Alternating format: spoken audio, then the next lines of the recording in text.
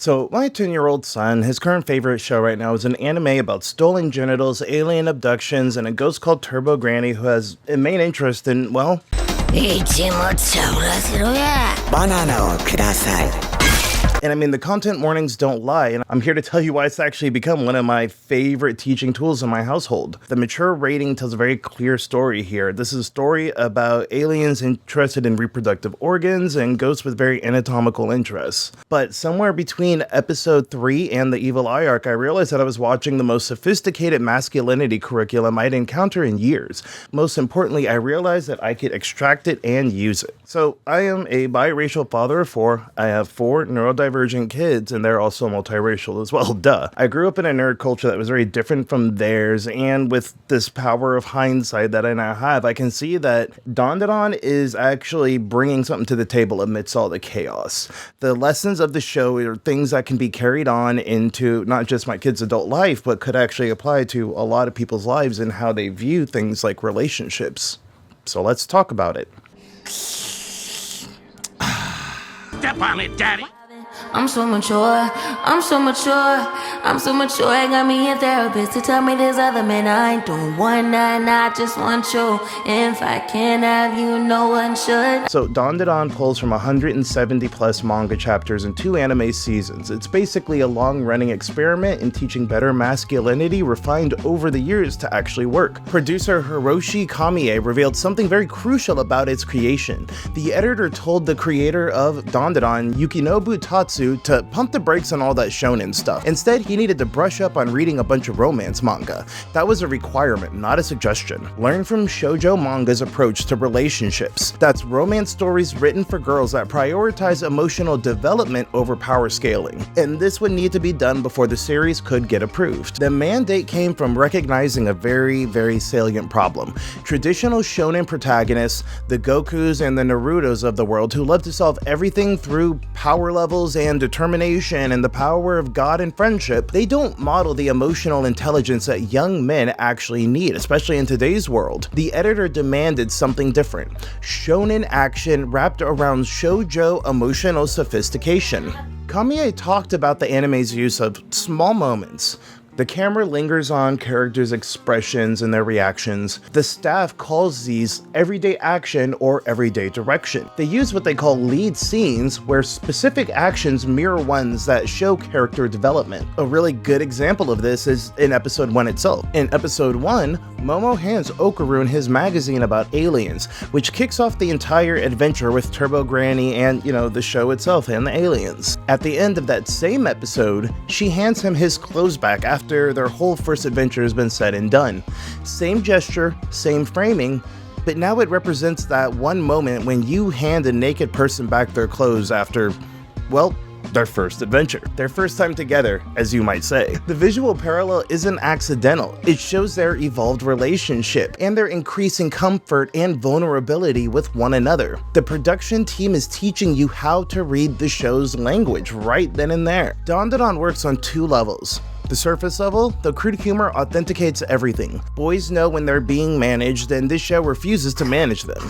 And the subtext, emotional intelligence woven through fight scenes, respect demonstrated through action sequences, boundaries modeled through supernatural encounters. These aren't presented as lessons, they're tactical advantages. And analyzing and reflecting upon these dynamics, I'm able to extract and translate life lessons for both my son and daughter that help them recognize what is true positive masculinity. When they see Okarun's training montage, I can use that to create entry points about discussing collaboration without lecturing them about collaboration. So right now, discourse about the Sigma male archetype is very prominent in online discussions, especially in masculinity discourse. Emotional detachment, self-reliance to the point of isolation, and relationships as zero-sum competitions. It's very much the Andrew Tate model. alone, superior, treating kindness as weakness and cooperation as compromise. You see the same framework playing out right now in Solo Leveling. The title says it all, power through isolation. The stronger that Jinwoo gets, the more he operates alone. Outside community, outside connection, it's Sigma discourse packaged as progression fantasy. So earlier this year, I broke down a men's romance novel called Goblin Breeder, and I promise this is related. Please hang with me here. And the core thesis was about how we're all selective about which trash we defend. I used to judge romance novel readers while defending anime with equally questionable content. Thank you, Mother's Basement, for that, by the way. But either way, it's the same flavor, just in different packaging. This video hit a nerve with a few guys who recognize themselves within all this hypocrisy. I mean, we've all done it. We have defended our yum while looking down on someone else's yuck, or I guess they're yum, excuse me. See, I'm doing it right now. But here's what matters. That selectivity reveals what we're afraid to admit what we need. When you shame yourself for consuming something, you're not protecting your image. You're just making it harder to learn from media that might actually teach you something valuable that you can apply to your real life. If you haven't seen that video, I'll go ahead and link it down in the description. Full breakdown of why real masculinity is being secure enough to own your own entertainment choices. Because DanDaDan, like I said, this show commits to its weirdness the same way that these romance novels do. And that commitment is exactly why it works as a teaching tool. When Okarun's family jewels got stolen in episode 1, I expected this to be a problem. Like, joke being turned into cheap dollar store glue beaten to death type of problem. But what I didn't expect was for it to actually be a solution.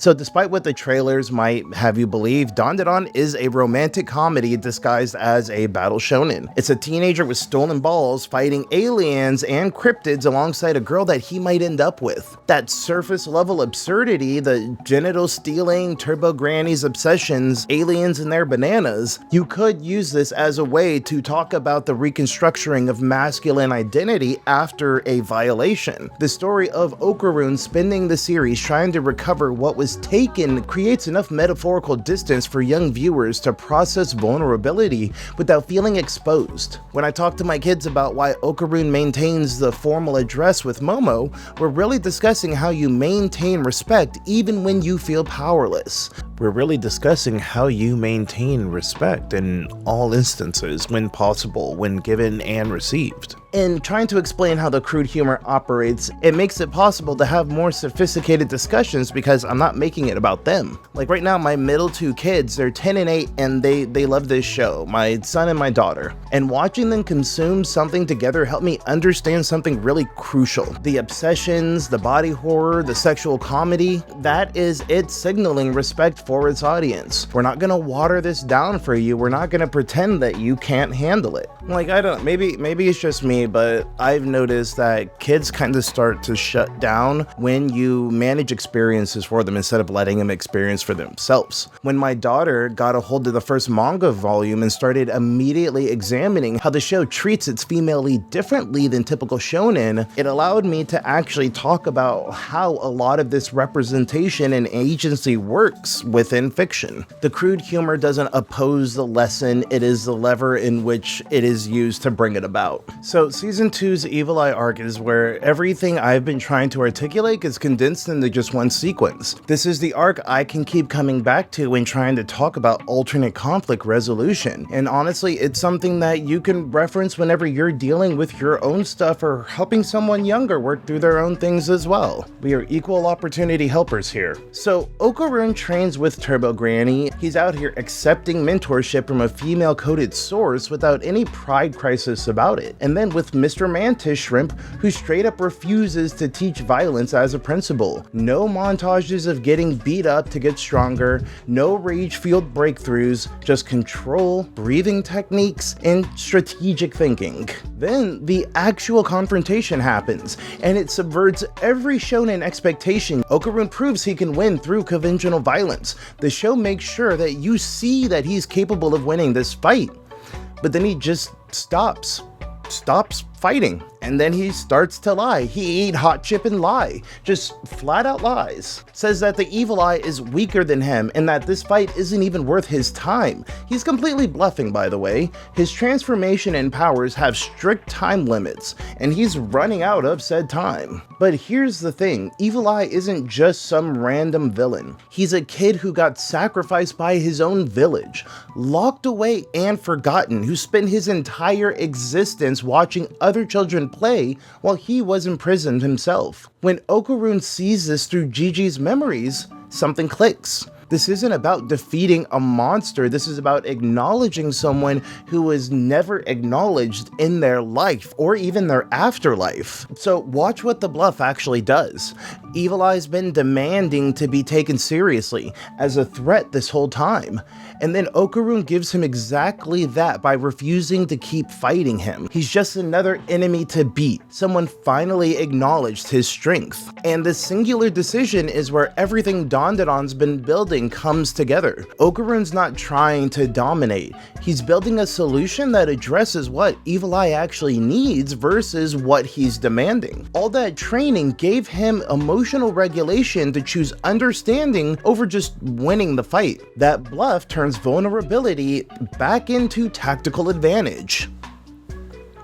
Tactical advantage. Their resolution? Scheduled visits every Tuesday in exchange for no killing. That's the genius part right there. Evil Eye was demanding submission. What he needed was acknowledgement. Those Tuesday visits give him regular structure, regular check-ins that prevent escalation while actually addressing what was wrong in the first place. Like, when was the last time you saw a shonen protagonist stop mid-battle to figure out what their opponent actually needed? Critics called this moment in DanDaDan pushing boundaries and representing masculinity that solves rather than conquers.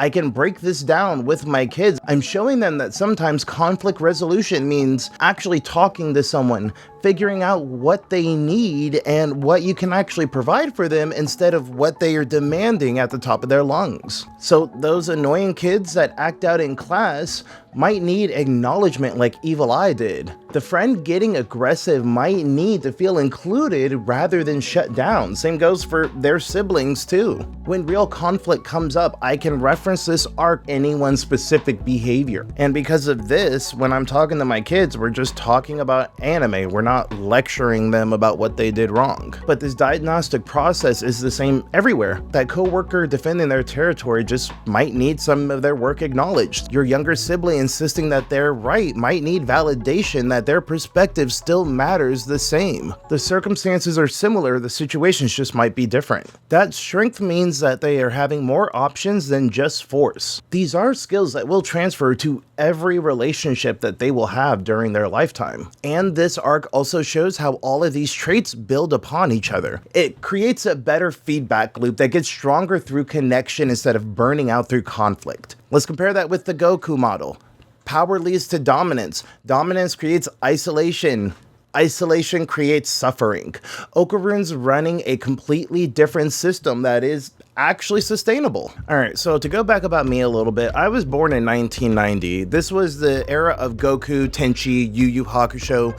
Those were my intro into shonen protagonists and that current style of Eastern masculinity. Goku was probably the biggest influence here in America though. But there is a reason why so many people my age will say that Piccolo was Gohan's real dad. Piccolo was the dad who stepped up. That's tempting, but this time I'll have to pass. But why? You're always down to train. Would you use your brain? Did you not see my wife? She could give birth any day now. I can't go. But what does that have to do with you? The baby comes out of her, right? Despite all the yelling and all the machismo, we recognized something was broken in the model that was being presented to us. And here's how I would describe the pattern when it clicked for me. Traditional shonen treats sensitivity as foreplay to fighting, not as an alternative to it. Feelings only matter when they fuel the determination to punch harder. Every emotional breakthrough powers up the next attack. Every moment of vulnerability precedes a moment of domination.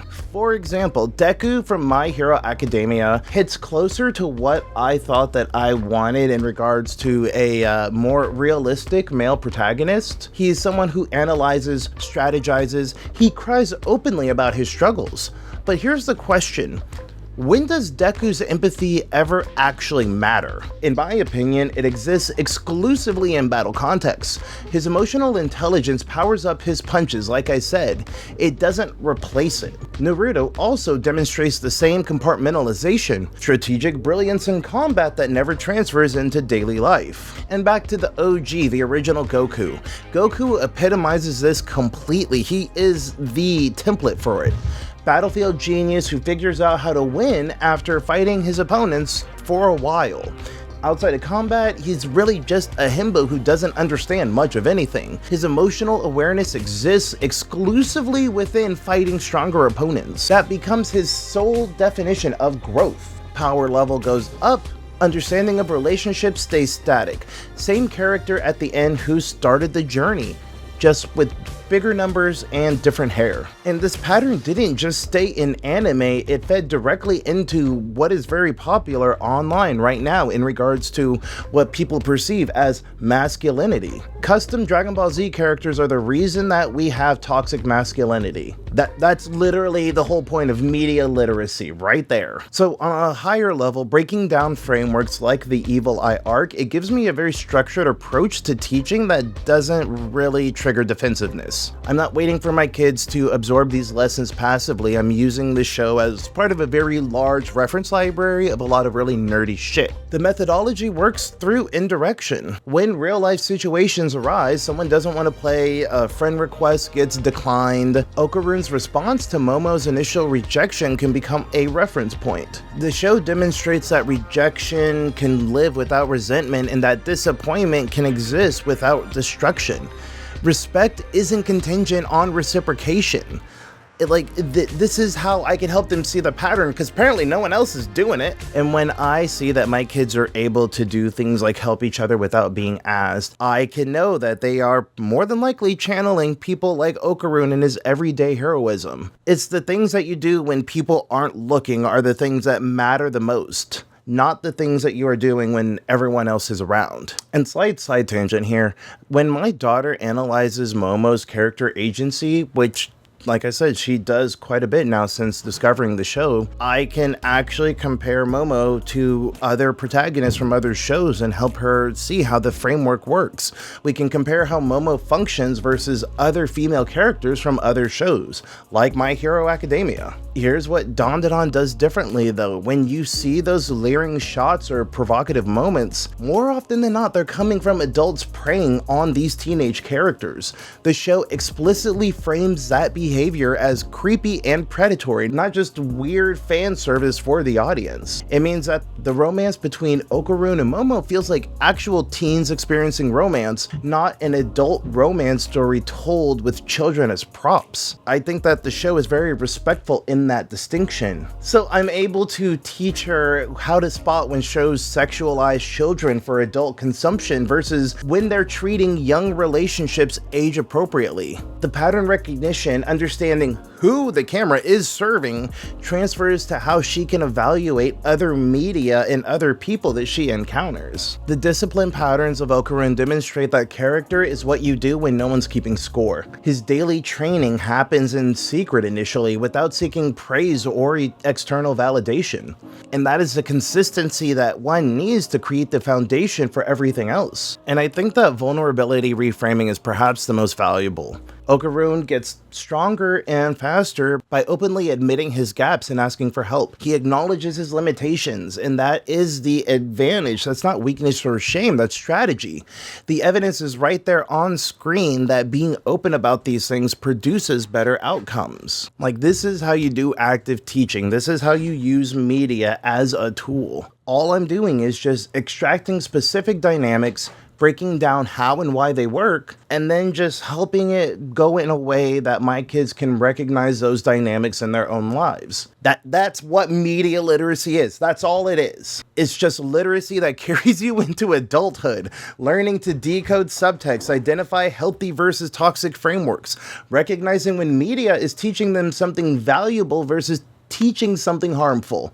Why is this controversial? I don't know, but like seriously though, when they're adults navigating workplace conflicts, romantic relationships, or friendships, or if if the world is still here, maybe parenting one day, they'll have this ability from years of practice, way more practice than I had when I was their age. They'll recognize toxic masculine frameworks versus sustainable positive ones. And they'll be able to identify when empathy is being used as foreplay to violence versus an actual alternative. If it was up to me, I wouldn't give these nobodies no sympathy. I'll take away the pain, I'll give you everything.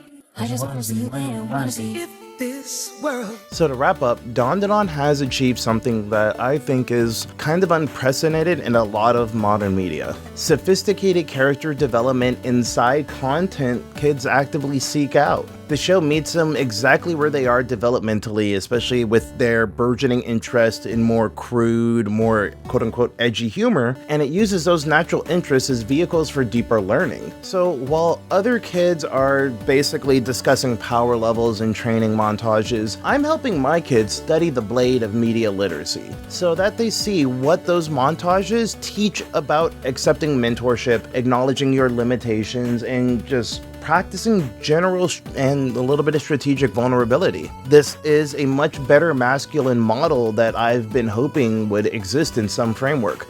Comprehensive, sustainable, and actually chosen by the kids themselves based on the examples being forth in front of them.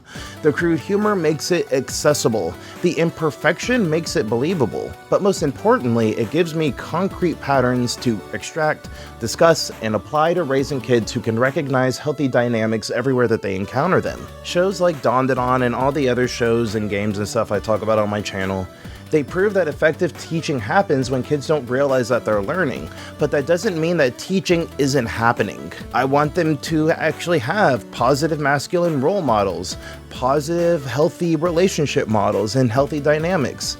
I want to make sure my kids are equipped with the pattern recognitions that they need in adult life, stuff that I wish I started learning much earlier. And maybe that's exactly why the show works. So my question for you as we're wrapping up here, what media are you using intentionally right now? What patterns are you helping the next generation or maybe yourself shape into who you are today?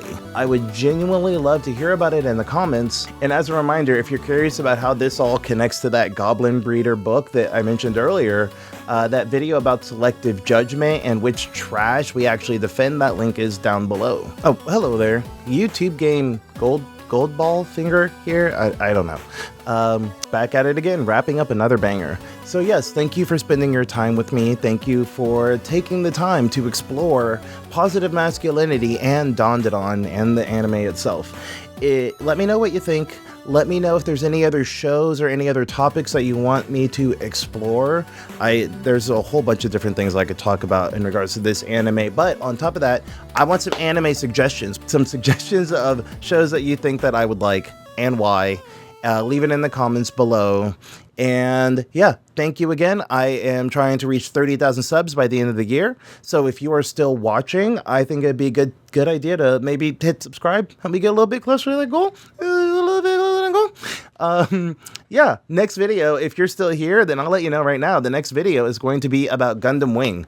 30th anniversary about Gundam Wing and how basically it turned me into a sleeper cell agent akin of the Winter Soldier. I'm the Winter Gundam. So yes, if you are interested in that, don't forget to hit the bell to see when the next video goes live. Oh my God, my cats are fighting. So I gotta go. Perfect excuse. Bye.